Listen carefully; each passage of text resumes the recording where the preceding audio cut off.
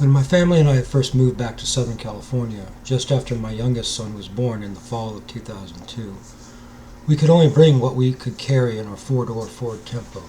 An entire apartment's worth of our possessions, which we had returned from Alberta, Canada, with, had to be left behind in Idaho. At first, we had thought we would only be there for a visit temporarily, but our stay became more permanent than we had anticipated.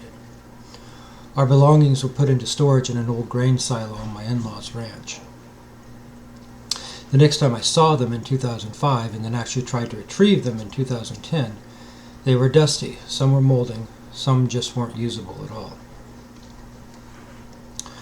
When we moved out to Tennessee from California in the summer of 2009, we had to reduce all of our earthly possessions to only what we could fit in our minivan. Again, an entire apartment's worth of furniture, books, toys, clothes, mementos of our lives, and other things. We gave away as much as we could, sold some of it. A lot of it had to end up in the dumpster behind the apartment building. We had lived in Tennessee for almost a year, had gotten into a 3-bedroom apartment in Erin. Again, we had acquired more furniture, more stuff, and then the 1,000-year storm hit, flooding the Mississipi and turning much of the county where we lived into lakes and ponds where none should have existed. Another storm was moving in, and we made the choice to leave to protect our family from what looked like another disaster. Again, we packed up only what we could fit in our van and had to offload the rest and leave it behind.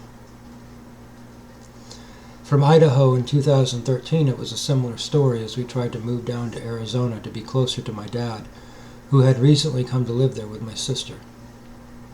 And again, a few months later, when we had to pack up and move all of our earthly belongings into a broken-down RV and set off on a trip even we didn't know where it would end up, God knew. It was God who arranged all of it. Finally, we had landed in Arkansas, where we broke down onto my uncle's property in the fall of 2013. We spent until the next July praying about what to do until the only option which was presented to us was to leave behind only what we couldn't carry in suitcases on a bus back to California. This included beloved pets that had been with us for years. Why do I go into all of this? My family and I have lost everything many times. In every case, we believed we were going in the direction God wanted us to go and trying to do what we understood Him wanting us to do. It was always painful. Our lives have never revolved around stuff, but to say that it never impacted us would be a lie. But one thing I have learned the hard way through all of it is that we don't actually get to keep the stuff we collect.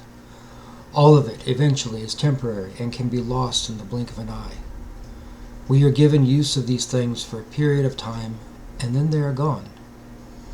The same is true of relationships, ideas, things by which we identify who we are even.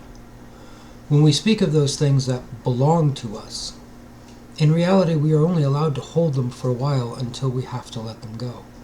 Because nothing, not even our bodies or our egos, actually belong to us.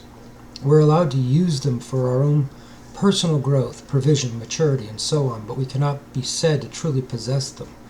And when the time comes where they can no longer serve a beneficial purpose, if needed, they will be taken from us, pruned from us, so that we can continue to make positive progress and growth.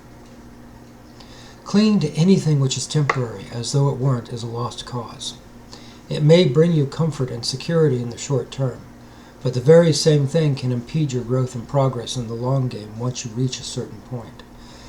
And, fundamentally, none of it actually belongs to any one human being individually, but it all belongs to God, who lends freely as we need it to function.